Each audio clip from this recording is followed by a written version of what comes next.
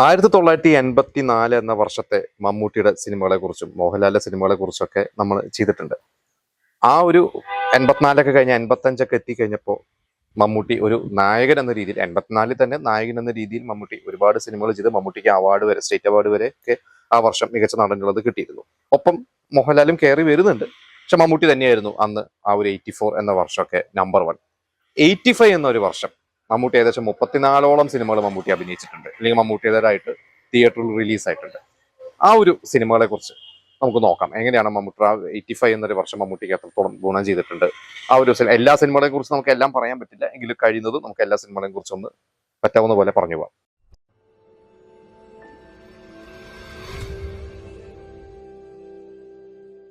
ഇതിലൊരു പ്രധാനപ്പെട്ട സിനിമ പറയാനും വയ്യ പറയാതിരിക്കാനും വയ്യ. കൊച്ചിൻ ഹനീഫ് എഴുതി പ്രിയദർശൻ ഡയറക്ട് ചെയ്ത സിനിമയാണ്. ഇത് 75 ഇറങ്ങിയ ഫറാർ എന്ന് പറയുന്ന ഹിന്ദി സിനിമയുടെ റീമേക്കാണ്. നമ്മൾ ഈ ഒരു സിനിമയെ കുറിച്ച് നമ്മൾ മുമ്പ് വേറെ ഏതൊരു എപ്പിസോഡ്, എനിക്കുള്ള മോഹൻലാലിന്റെ സെഗ്മെന്റ് പറഞ്ഞ എപ്പിസോഡ് നമ്മൾ ഡിസ്കസ് ചെയ്തിട്ടുണ്ടായിരുന്നു. അപ്പൊ അന്ന് പലരും പറഞ്ഞിരുന്നു ആ ഒരു സിനിമ അത്യാവശ്യം ഹിറ്റായ ഒരു സിനിമയാണ്. ഞാൻ വിചാരിച്ചിരുന്നത് അത് അത്ര ഓടിയ സിനിമയല്ല, പക്ഷെ അതൊരു ഹിറ്റായ സിനിമയാണ് നമ്മുടെ ഓഡിയൻസിന്റെ ഒരുപാട് പേര് പറഞ്ഞിരുന്നു. ശരിയാണ്, അതൊരു നഷ്ടം വന്നൊരു സിനിമയല്ല, മോശമില്ലാതെ പോയ സിനിമയാണ്. പക്ഷെ പ്രിയദർശൻ സിനിമകൾ നമ്മളധികം റിപ്പീറ്റ് ആയിട്ട് കാണുകയോ അല്ലെങ്കിൽ മറ്റ് സിനിമകൾ പോലെ നമ്മൾ അധികം ചർച്ച ചെയ്യുന്ന ഒരു സിനിമയല്ല. അതുകൊണ്ട് മാത്രം ആയിരിക്കാം എനിക്ക് ആ സിനിമയെ കുറിച്ച് അധികം എനിക്ക് ഒരു ഓർമ്മയില്ല. കുറെ മുമ്പ് കണ്ടിട്ടുള്ള ഒരു സിനിമയാണ്. അതിൽ മോഹൻലാലും ഒരു സപ്പോർട്ടിംഗ് റോൾ ഉണ്ട്. ശങ്കറും മേനകയും, മമ്മൂട്ടിയും ശങ്കറും മേനകയാണ് പ്രധാനമായിട്ടുള്ള റോൾസ് ചെയ്തിരിക്കുന്നത്. പിന്നെ മറ്റൊരു പ്രധാനപ്പെട്ട സിനിമ, എനിക്ക് ഭയങ്കര ഇഷ്ടപ്പെട്ട ഒരു സിനിമയാണ് തിങ്കളാഴ്ച നല്ല ദിവസം. പത്മരാജൻ എഴുതിയിട്ടുള്ള സിനിമയാണ്. അതിൽ മമ്മൂട്ടിയും കബീർ പന്നമ്മ, കരമന ജനാർദ്ദൻ നായർ, ശ്രീവിദ്യ, അത് വലിയൊരു സ്റ്റാർ കാസ്റ്റ് ആണ്. നമുക്കറിയാം, ഒരു തറവാട് അവിടെ ഒരു വെക്കേഷന് വരുന്നതും താമസിക്കുന്നതും അങ്ങനെ പോകുന്ന ഒരു കഥയാണ്. ആ സിനിമയ്ക്ക് നാഷണൽ അവാർഡ് കിട്ടിയിട്ടുണ്ട്.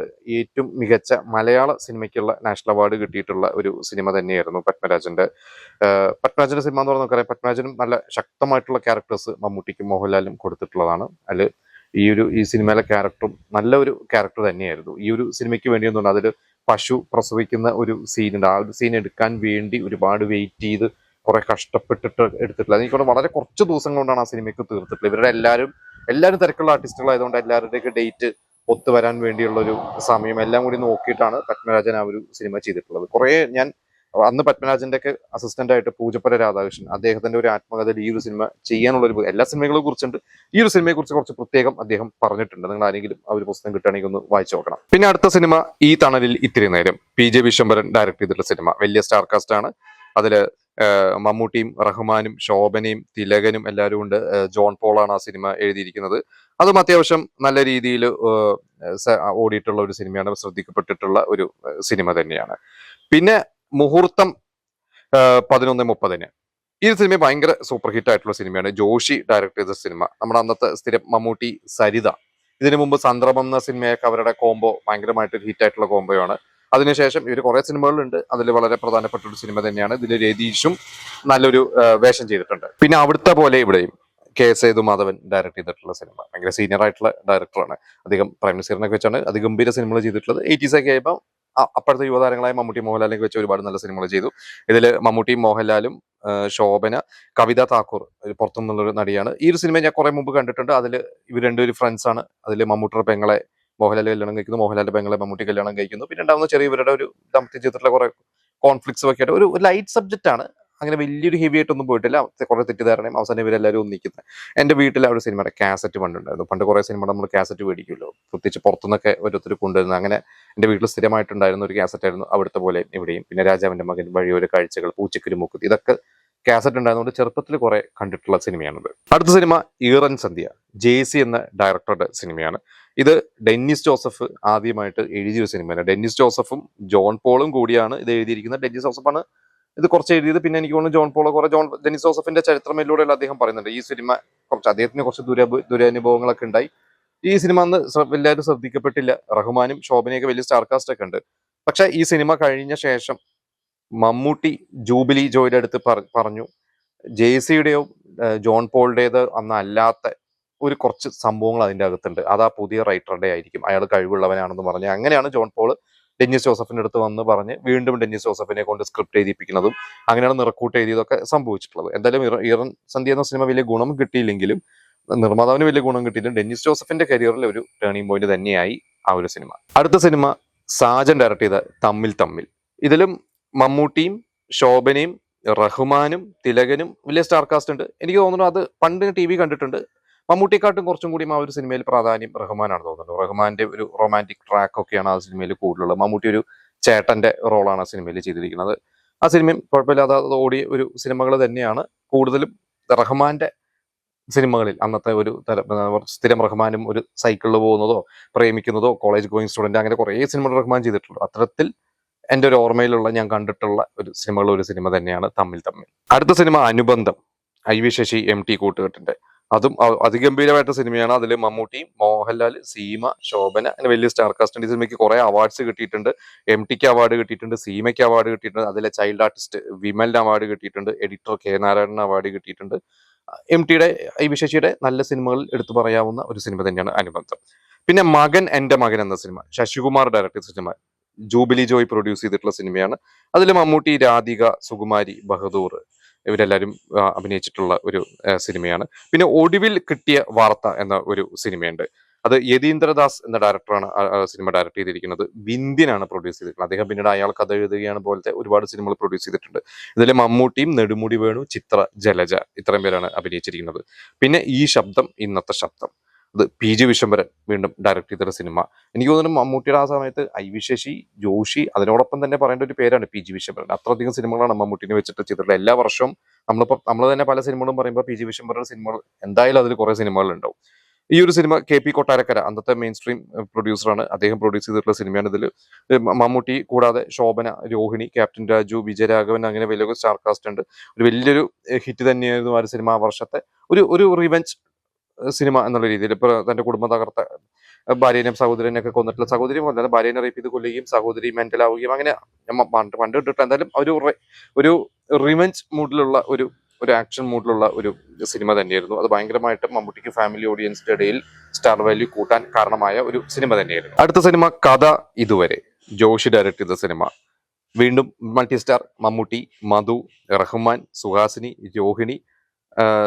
അത് ഭയങ്കര സൂപ്പർ ഹിറ്റ് സിനിമയാണ്. ഈ മമ്മൂട്ടി സുഹാസിനി കൂട്ടുകെട്ടുകളുടെ ഒരു സമയമാണ് അതൊക്കെ. അതിൽപ്പെട്ട ഒരു സിനിമ തന്നെയായിരുന്നു ഈ ഒരു സിനിമ.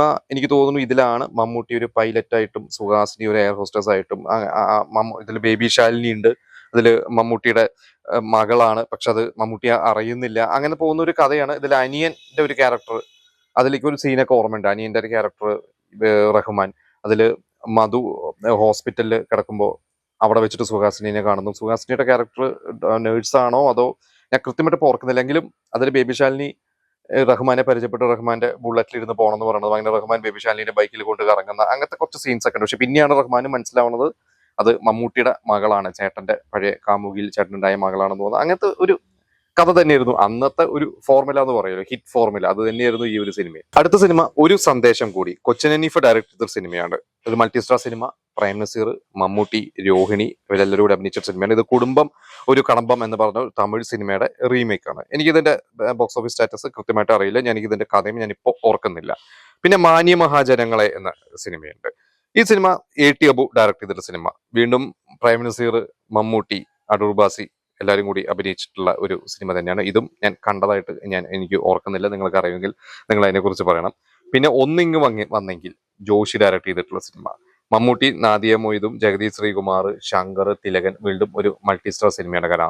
ശങ്കറും വന്ന താരമാണ്, മമ്മൂട്ടിയും താരമാണ്. അവർ രണ്ടുപേരും ഒന്നിച്ചിട്ടുള്ള ഒരു സിനിമ തന്നെയാണ്. പിന്നെ ഒരു നോക്ക് കാണാൻ എന്നൊരു സിനിമയുണ്ട്, സാജൻ ഡയറക്ട് ചെയ്തിട്ടുള്ള സിനിമ.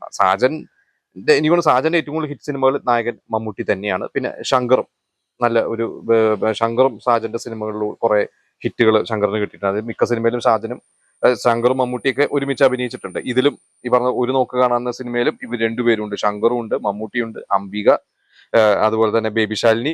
അങ്ങനെ വലിയ ഒരു സ്റ്റാർ കാസ്റ്റ് തന്നെയാണ് ആ ഒരു സിനിമയിലുള്ളത്. പിന്നെ അങ്ങാടിക്കപ്പുറത്ത് എന്ന സിനിമ, IV ശശിയുടെ സിനിമ. മമ്മൂട്ടിയും മോഹൻലാലും ഒരുമിച്ച് അഭിനയിച്ചിട്ടുള്ള ഒരു സിനിമയാണ്. T ദാമോദരന്റെ സ്ക്രിപ്റ്റ്. പിന്നെ എന്റെ കാണാക്കുയിൽ ശശികുമാർ ഡയറക്ടർ സിനിമ. മമ്മൂട്ടി, റഹ്മാനും രേവതിയും അഭിനയിച്ചിട്ടുള്ള സിനിമയാണ്. ഈ ഒരു സിനിമ SL പുരം സദാനന്ദൻ എഴുതിയിട്ടുള്ള, പ്രേംപ്രകാശും വേറെ കുറെ പ്രൊഡ്യൂസേഴ്സ് ആണ് ഈ സിനിമ പ്രൊഡ്യൂസ് ചെയ്തിരിക്കുന്നത്. ഈ സിനിമയുടെ കഥ എനിക്ക് ഓർമ്മയുണ്ട്. ഇതിൽ റഹ്മാനും അതുപോലെ തന്നെ രേവതിയും കാമുകന്മാരാണ്. റഹ്മാൻ ഇതിലും റഹ്മാൻ സൈക്കിളിലൊക്കെ പോകുന്നതൊക്കെ എനിക്ക് ഓർമ്മയുണ്ട്. അന്നത്തെ സൈക്കിൾ ട്രെൻഡർ, കോളേജിൽ പഠിക്കുന്ന റഹ്മാൻ സൈക്കിൾ പോകുന്നു. ഒരു ആക്സിഡന്റിൽ എന്തോ റഹ്മാൻ മരിക്കുന്നതാണ് രേവതി പ്രഗ്നന്റ് ആണ്. അങ്ങനെ അങ്ങനെ പോകുന്ന ഒരു കഥയാണ് ഇത്. രേവതിനെ കല്യാണം കഴിക്കാൻ ഇരിക്കുന്ന റേവതിയുടെ ഒരു കസിനാണ് മമ്മൂട്ടി. ഇത്രയും എനിക്ക് ഓർമ്മയുണ്ട്. എന്തായാലും റഹ്മാൻ മരിക്കും, അത്രയും എനിക്ക് ഓർമ്മയുണ്ട്. കൂടുതൽ പ്രാധാന്യം റഹ്മാനായിരുന്നു അതൊക്കെ. പിന്നെ സെക്കൻഡ് ഹാഫ് ഒക്കെ ആകുമ്പോൾ മമ്മൂട്ടിക്കാണ് ആ സിനിമ കൂടുതലുള്ളത്. അടുത്ത സിനിമ ജോഷിയുടെ സിനിമ, ജോഷി മമ്മൂട്ടി കൂട്ടിയിട്ടുള്ള ഇനിയും കഥ തുടരും. നമ്മൾ നേരത്തെ ഒരു സിനിമയെ കുറിച്ച് പറഞ്ഞ പോലെ ഇത് ഒരു റിവെഞ്ച് ഡ്രാമയാണ്. കുടുംബം തകർത്ത ആളുകൾ മമ്മൂട്ടി റിവെഞ്ച് എടുക്കുന്ന ഒരു സിനിമ തന്നെയാണ്. അന്നത്തെ ഒരു ഫോർമുല, ഒരു ഹിറ്റ് ഫോർമുല തന്നെ. കലു ഡെന്നിസും അതുപോലെ തന്നെ ജോൺ പോളും കൂടിയിട്ടാണ് ആ ഒരു സിനിമ ചെയ്തിരിക്കുന്നത്. ഇതിൽ മമ്മൂട്ടിയും ജയപ്രദയാണ് നായകനും നായികയായിട്ട് അഭിനയിക്കുന്നത്. പിന്നെ പുഴയൊരുക്കും വഴി എന്നൊരു സിനിമയുണ്ട്, എം കൃഷ്ണനാരുടെ ആയിട്ടുള്ള സിനിമ. ഇതിൽ മമ്മൂട്ടി, എനിക്ക് ഓർമ്മയില്ല മമ്മൂട്ടിയാണോ നായകൻ എന്നുള്ള. ഞാനും ഈ സിനിമ കേട്ടിട്ടുള്ളൂ, കണ്ടിട്ടില്ല. മമ്മൂട്ടിയും വേണുനാഗവള്ളി, ജഗതി ശ്രീകുമാറുമാണ് ഇതിൽ പ്രധാന വേഷം അഭിനയിക്കുന്നത്. ഈ പുഴയൊരുക്കും വഴി എന്ന് പറയുന്ന ഒരു പേര് ഞാൻ ആദ്യമായിട്ട് കേൾക്കുന്നത് ഈ പുഴയും കടന്ന സിനിമ ഇറങ്ങിയപ്പോൾ അന്ന് ഈ വ്യാജ കാസറ്റ് ഇറങ്ങും. തിയേറ്റർ ഇറങ്ങി ഒരാഴ്ച കഴിയുമ്പോൾ തന്നെ ഒരു വ്യാജ കാസറ്റ് ഇറങ്ങും. അന്ന് ലൈബ്രറിയിലൊക്കെ, തൃശ്ശൂർ ഒരു ലൈബ്രറിയിൽ ഈ പുഴയും കടന്നെന്ന സിനിമ പേരെഴുതി വെച്ചിരുന്നത് പുഴയൊരുക്കും വഴി എന്നായിരുന്നു. പക്ഷെ നമ്മൾ ചെന്ന് കഴിഞ്ഞാൽ ഈ കാസ്റ്റ് നമുക്ക് എടുത്തരും, അത് പരിചയം ഉണ്ടെങ്കിൽ നമുക്ക് എടുത്തരും. എനിക്ക് പെട്ടെന്ന് ഈ പേര് കേട്ടപ്പോൾ നിങ്ങൾക്ക് പലർക്കും ഓർമ്മയുണ്ടോ, പല സിനിമകൾ, ഹിറ്റ് സിനിമകളുടെ വേറെ പേരിലാണ് അവർ എഴുതി അവിടെ വെക്കുന്നത്. നമ്മൾ ചോദിച്ചാൽ നമുക്കത് പരിചയം ഉണ്ടെങ്കിൽ എടുത്തു തരും. പിന്നെ അടുത്ത സിനിമ ഇടനിലങ്ങൾ എന്ന സിനിമയാണ്. ഇടനിലങ്ങൾ വീണ്ടും ഐ.വി. ശശിയുടെ സിനിമയാണ്. കെ ബാലചന്ദ്രാണ് അത് പ്രൊഡ്യൂസ് ചെയ്തിരിക്കുന്നത്. മമ്മൂട്ടിയും മോഹൻലാലും സീമയും മേനകയും, ഒരു മൾട്ടി സ്റ്റാർ സിനിമ. പിന്നെ രണ്ട് പ്രധാനപ്പെട്ട സിനിമകൾ, നിറക്കൂട്ടും യാത്രയും. ഈ രണ്ട് സിനിമകളും അതിനൊരു പ്രത്യേകത ഉണ്ട്. നമുക്കറിയാം, രണ്ട് സിനിമകളും മമ്മൂട്ടി ജയിൽ പുള്ളിയായിട്ടാണ്. രണ്ടും ഒരേ സമയത്ത് ഷൂട്ട് ചെയ്തിട്ടുള്ള സിനിമ. നിറക്കൂട്ട് ജോഷി, ഡെന്നിസ് ജോസഫ്. ആ സിനിമ സംഭവിച്ച കഥയൊന്നും ഞാൻ പറയുന്നത് നിങ്ങൾ പലവരും ഡെന്നിസ് ജോസഫിന്റെ തന്നെ കഥകൾ അറിയുന്നവരായിരിക്കും. യാത്രയാണെങ്കിൽ ബാലു മഹേന്ദ്രയുടെ സിനിമ. ഈ രണ്ട് സിനിമകളും തീർത്ത് വെച്ച് ഏത് പെട്ടെന്ന് തിയേറ്ററിൽ ഇറക്കണം എന്നുള്ള ഒരു മത്സരം ഒന്നും ഉണ്ടായിരുന്നു. എനിക്ക് അന്ന് ആദ്യം തിയേറ്ററിൽ ഇറങ്ങിയത് നിറക്കൂട്ട് തന്നെയായിരുന്നു. അത് കേട്ടാണ് യാത്ര ഇറങ്ങിയത്. പക്ഷെ രണ്ട് സിനിമയും ഹിറ്റ് തന്നെയായിരുന്നു. രണ്ടും അതിൻ്റെതായ ടൈപ്പ് ഓഫ് സിനിമകളാണ്. ഈ യാത്രയാണ് പിന്നീട് ചെറിയ മാറ്റങ്ങളൊക്കെ വരുത്തിയിട്ട് ധനുഷിനെ വെച്ചിട്ട്, ധനുഷും പ്രിയാമണിയും, ഞാൻ പെട്ടെന്ന് സിനിമയുടെ പേര് മറന്നുപോയി, ധനുഷും പ്രിയാമണി അഭിനയിച്ചൊരു തമിഴ് സിനിമ, ബാലു മഹേന്ദ്രയുടെ ഡയറക്ട് ചെയ്തിട്ടുള്ളത്. അടുത്ത സിനിമ ഈ ലോകം ഇവിടെ കുറെ മനുഷ്യർ, പി.ജു. വിശ്വംഭരൻ സംവിധാനം ചെയ്ത സിനിമ.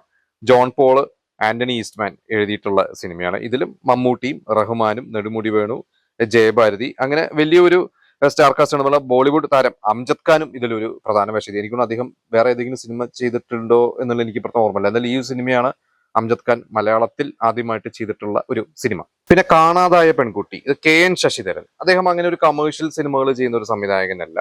അദ്ദേഹത്തിന്റെ ഒരു മിസ്റ്ററി, ഒരു പെൺകുട്ടി കാണാതെ പോകുന്നത്, അങ്ങനത്തെ കഥയാണ്. അതിൽ മമ്മൂട്ടി അല്ല പ്രധാനം. എൻ്റെ ഒരു ഓർമ്മ ശരിയാണെങ്കിൽ അതിൽ ഭരത് ഗോപിയാണ് മെയിൻ. പിന്നെ ജയഭാരതി ഉണ്ട്. അതിൽ മമ്മൂട്ടി നല്ലൊരു വേഷം തന്നെ അതിൽ ചെയ്തിട്ടുണ്ട്. അതിൽ വി.കെ. ശ്രീരാമൻ ഒരു ഇൻവെസ്റ്റിഗേഷൻ നടത്തുന്ന ഒരു പോലീസ് ഓഫീസറുടെ ഒരു ക്യാരക്ടറൊക്കെയാണ് കുറേ മുമ്പ് കണ്ടിട്ടുള്ളതാണ്. ഇതല്ല അതങ്ങനെ ഒരു ബോക്സ് ഓഫീസ് ഇതല്ല, പക്ഷെ ഒരു ക്രിട്ടിക്കലി പേരെടുത്ത ഒരു സിനിമ. പിന്നെ വിളിച്ചു വിളി കേട്ടു, ശ്രീകുമാരൻ തമ്പി ഡയറക്ട് ചെയ്ത സിനിമ. മമ്മൂട്ടിയും ബാലയ്ക്കൻ നായർ, ശുഭ, ഇത്രയും പേരാണ് ആ ഒരു സിനിമയിൽ അഭിനയിക്കുന്നത്. ശ്രീകുമാരൻ തമ്പിയാണ് നിർമ്മിച്ചിട്ടുള്ളതും ശ്രീകുമാരൻ തമ്പി തന്നെയാണ് ആ ഒരു സിനിമ എഴുതിയിട്ടുള്ളതും. പിന്നെ കരിമ്പിൻ പൂവിനക്കരെ, ഐ.വി. ശശിയുടെ അതിഗംഭീര സിനിമ. ഐ.വി. ശശിയുടെ ഡയറക്ഷൻ, പത്മരാജന്റെ സ്ക്രിപ്റ്റ്. അത് പത്മരാജനെയും നമുക്ക് ഒരുപോലെ തന്നെ പറയേണ്ടി വരും ഈ ഒരു സിനിമ. മമ്മൂട്ടി, നമുക്ക് അതിന്റെ കഥകളെ കുറിച്ച് അറിയാം. മോഹൻലാലിന്റെ ഒരു എപ്പിസോഡ് നമ്മൾ ഡിസ്കസ് ചെയ്തപ്പോൾ അതിൽ ഈ സിനിമയെ കുറിച്ച് പറഞ്ഞിട്ടുണ്ടായിരുന്നു. അതിൽ മോഹൻലാൽ ഒരു വില്ലൻ ക്യാരക്ടർ ആണെന്ന് ഞാൻ പറഞ്ഞു. പലരും പറഞ്ഞു അല്ല, മോഹൻലാലാണ് അതിൽ നായകൻ. ഞാൻ പറഞ്ഞതിൽ നായകൻ വില്ലെന്ന രീതിയിലല്ല, പല കഥാപാത്രങ്ങളാണ് ആ സിനിമയിൽ. മോഹൻലാൽ ഒരു നെഗറ്റീവ് ഇതിലോട്ട് പോകുന്നതും പിന്നീട് തെറ്റ് മനസ്സിലാക്കുന്നതും തിരുത്താൻ ശ്രമിക്കുന്നതൊക്കെയാണ്.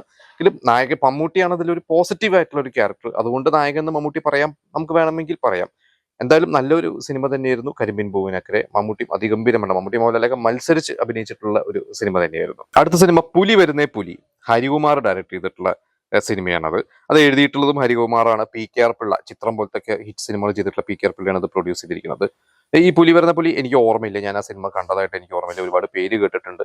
എന്തായാലും അത് അത്ര വലിയൊരു ഹിറ്റ് ആയിരുന്നു എന്നുള്ളത് അറിയില്ല. നിങ്ങളൊന്നും ആരെങ്കിലും കണ്ടിട്ടുണ്ടെങ്കിൽ അതിന്റെ ഒരു ബോക്സ് ഓഫീസ് സ്റ്റാറ്റസ് അറിയണമെങ്കിൽ അതിനെക്കുറിച്ച് പറയാം. എന്തായാലും ഹരികുമാർ മമ്മൂട്ടിക്ക് പിന്നീട് സുഹൃതം പോലത്തെ അതിഗംഭീര സിനിമയൊക്കെ കൊടുത്തിട്ടുള്ള ആളാണ്.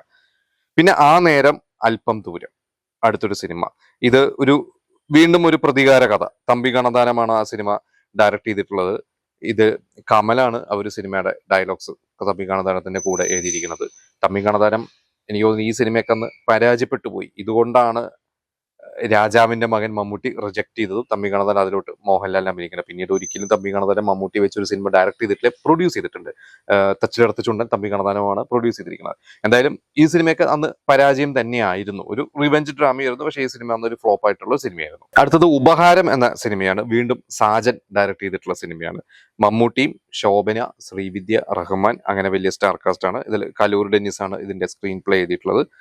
ഈ സിനിമ എനിക്ക് ഇപ്പോൾ ഓർമ്മയില്ല, അതിന്റെ കഥ പേര് ഓർമ്മയുണ്ട്, പക്ഷെ എനിക്ക് അതിന്റെ കഥയും മറ്റു കാര്യങ്ങളും ഓർമ്മയില്ല. എത്രത്തോളം വിജയമായിരുന്നു എന്നുള്ളതും എനിക്ക് ഓർമ്മയില്ല.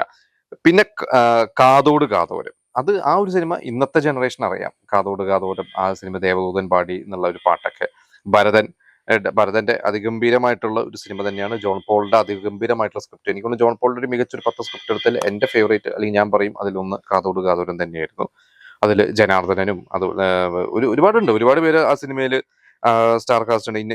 ഇന്നസെന്റും ജനാർദ്ദനുമാണ് അതിലൊരു നെഗറ്റീവ് ടച്ചിലുള്ള ഒരു ക്യാരക്ടേഴ്സ് ചെയ്തിട്ടുള്ളത്. ആ ജനാർദ്ദനാണ് പിന്നീട് അസാധ്യമായിട്ടുള്ള ഹ്യൂമർ സിനിമകൾ അല്ലെങ്കിൽ ഹ്യൂമർ ക്യാരക്ടേഴ്സ് ഒക്കെ ചെയ്തിട്ടുള്ളത്. എന്തായാലും അന്ന് കമലൊക്കെ അതിന്റെ അസിസ്റ്റന്റ് ഡയറക്ടറായിട്ട് വർക്ക് ചെയ്തിട്ടുള്ളതാണ്. നമ്മളത് രേഖാചിത്രത്തിലാണ്, കാതോട് കാതോരം എന്നുള്ള സിനിമ രേഖാചിത്രത്തിലാണ് കൂടുതൽ ആളുകൾക്ക് കണക്ട് ആവുന്നത്, ഇന്നത്തെ തലമുറയ്ക്ക് കൂടുതൽ ആ സിനിമ പറഞ്ഞാൽ അറിയുന്നത്. പിന്നെ കണ്ടു കണ്ടറിഞ്ഞു എന്ന സിനിമ. കണ്ടു കണ്ടറിഞ്ഞു വീണ്ടും ഈ പറയുന്ന സാജൻ ഡയറക്ട് ചെയ്തിട്ട സിനിമയാണ്. അതില് മമ്മൂട്ടിയും മോഹൻലാലും റഹ്മാനും നാദിയ മൊയ്തു, മേനക, വലിയ സ്റ്റാർ കാസ്റ്റാണ്. സൂപ്പർ ഹിറ്റ് സിനിമയാണ്. ഇതിലാണ് മേലേമാനത്തെ, നീ അറിഞ്ഞോ മേലേമാനത്തെ എന്നുള്ള പാട്ടൊക്കെ ഉള്ളത്. അതിലും മമ്മൂട്ടിയുടെ പെങ്ങളെ മോഹൻലാൽ കല്യാണം കഴിക്കുന്നത്, പിന്നെ മോഹൻലാൽ മമ്മൂട്ടിയുടെ അച്ഛനെ കൊന്നിട്ട് ജയിലിൽ പോകുന്നു എന്നാണ് വിചാരിക്കുന്നത്. പിന്നെ അവസാനം എന്താണെന്ന് മനസ്സിലാവുന്നു. ഇവർ രണ്ടുപേരും കൂടിയുള്ള ഒരു ഫൈറ്റ് സീക്വൻസ് ഉണ്ട്. ഈ അടുത്തും സാജൻ ഡയറക്ടറുടെ ഇന്റർവ്യൂലൊക്കെ ഞാൻ കണ്ടത്, ഇവർ രണ്ടുപേരും കൂടിയുള്ള ഫൈറ്റ് സീക്വൻസ് ഒക്കെ ഇവര് ഡ്യൂപ്പൊന്നും ഇല്ലാതെ രണ്ടുപേരും മത്സരിച്ച് അഭിനയിച്ചതിനെ കുറിച്ചൊക്കെ ആ ഡയറക്ടർ തന്നെ പറഞ്ഞിട്ടുണ്ട്. എനിക്ക് തോന്നാലും നല്ല ഒരു ഹിറ്റ് സിനിമ എന്ന് മാത്രമല്ല, അന്നൊരു ആഘോഷ സിനിമയാണ്. ഫാമിലി ഓഡിയൻസ് ഒക്കെ തിയേറ്ററിൽ ഒരുപാട് കണ്ട് ആഘോഷിച്ചിട്ടുള്ള, എല്ലാവർക്കും ഭയങ്കര പ്രിയപ്പെട്ട ഒരു സിനിമ തന്നെയായിരുന്നു കണ്ടു കണ്ടറിഞ്ഞു. അടുത്തത് JC ഡയറക്ടറുടെ സിനിമ അകലത്തെ അമ്പിളി. മമ്മൂട്ടിയും രോഹിണിയും ഒക്കെ അഭിനയിച്ചിട്ടുള്ള ഒരു സിനിമയാണ്. SN സ്വാമിയാണ് സ്ക്രിപ്റ്റ് എഴുതിയിട്ടുള്ളത്. SN സ്വാമി ഇന്ന് അല്ലെങ്കിൽ ഒരു 80s അവസാനമൊക്കെ നമ്മുടെ 20ാം നൂറ്റാണ്ടൊക്കെ മുതലൊക്കെ ഒരു ആക്ഷൻ മൂഡിലുള്ള സിനിമകളൊക്കെ എഴുതിയ SN സ്വാമി ഒരുപാട് ഫാമിലി സ്റ്റോറീസ് എഴുതിയിട്ടുള്ള ആളാണ്. പക്ഷേ ഈ സിനിമയൊന്നും അന്ന് അങ്ങനെ വലിയ വിജയമല്ല. അങ്ങനെ JC എന്ന സംവിധായകന്റെ ഒരു സിനിമയും അങ്ങനെ വലിയ സൂപ്പർ ഹിറ്റിലേക്ക് എത്തിയിട്ടില്ല. കാരണം അദ്ദേഹത്തെ കുറിച്ച് കലൂ ഡെന്നിസ് എഴുതിയിട്ടുള്ള ഞാൻ വായിച്ചിട്ടുണ്ട്. ഒരുപാട് സൂപ്പർ താരങ്ങൾ എല്ലാവരും വെച്ച് സിനിമകൾ ചെയ്തിട്ട് പോലും ഒരു വലിയൊരു ബ്ലോക്ക് ബസ്റ്ററോ അല്ലെങ്കിൽ ഭയങ്കര ഇൻഡസ്ട്രി കുലുക്കുന്ന ഒരു വിജയം മറ്റ് സംവിധായകരുടെ ഒന്നും പോലെ ചെയ്യാം അങ്ങനെ ഒരു ഹിറ്റ് ഉണ്ടാക്കാൻ പറ്റാതെ പോയ ഒരു സംവിധായകനായിരുന്നു JC. അദ്ദേഹം കുറെ നല്ല സിനിമകൾ ചെയ്തിട്ടുണ്ട്, ഒന്നും ഒരു മോശം സിനിമയല്ല. മമ്മൂട്ടി വെച്ചിട്ടൊക്കെ പിന്നീട് സരോവരം ഒക്കെ ചെയ്തിട്ടുണ്ട്. ഒരുപാട് താരങ്ങൾ വെച്ചിട്ട് ഞാൻ സിനിമ ചെയ്തിട്ടുള്ളത്. പക്ഷെ ഈ സിനിമയും എനിക്ക് അങ്ങനെ പേര് ഓർമ്മയുണ്ട്, ഞാനും അങ്ങനെ കണ്ടതായിട്ട് എനിക്ക് ഓർമ്മയില്ല. എന്തായാലും ഇത്രയും സിനിമകളാണ്, 34 സിനിമകൾ. ഞാൻ ഇതിൽ ഏതെങ്കിലും സിനിമകൾ മിസ്സായി പോയിട്ടുണ്ടോ എന്ന് എനിക്കറിയില്ല. ഇതിൽ നേരത്തെ പറഞ്ഞ ഏകദേശം ഒരു 50% 60% സിനിമകൾ ഞാൻ കണ്ടിട്ടുണ്ട്, കാണാത്ത സിനിമകളും ഉണ്ട്. എന്റെ ഫേവറേറ്റ് സിനിമകൾ ഇതിൽ നിറക്കൂട്ടും, കരിമ്പിൻ പൂവിനക്കരയും ഒക്കെ തന്നെയാണ്. നിങ്ങളുടെ ഫേവറേറ്റ് സിനിമകൾ നിങ്ങൾ അന്ന് തിയേറ്ററിൽ പോയിട്ട് കണ്ടിട്ടുണ്ടെങ്കിൽ അങ്ങനത്തെ ആ ഓർമ്മകളൊക്കെ, നിങ്ങളുടെ എക്സ്പീരിയൻസ് ഒക്കെ നമുക്ക് ഷെയർ ചെയ്യാം.